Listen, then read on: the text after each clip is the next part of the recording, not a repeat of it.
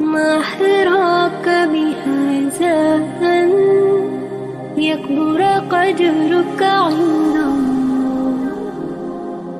உங்களை அல்லாஹ் நேசித்தால், உங்களுக்கு அல்லாஹ்வுடைய முஹப்பா வந்துவிட்டால் என்ன கிடைக்கும்? இந்த ஒரு ஹதீஸ் போதும் இந்த உரைக்கு. என்ன ஹதீஸ் தெரியுமா?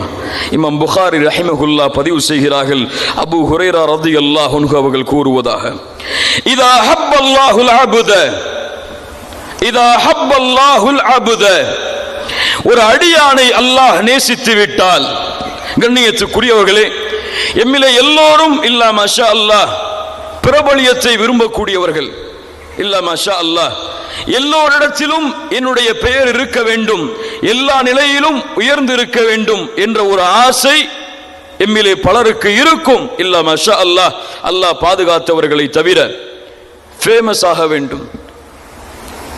என்ன வழி தெரியுமா? அல்லாஹ்வுடைய மார்க்கத்திலே நீங்கள் பிரபலியமாக வேண்டும் என்றால், நீங்கள் ஃபேமஸ் ஆக வேண்டும் என்றால் என்ன செய்ய வேண்டும்?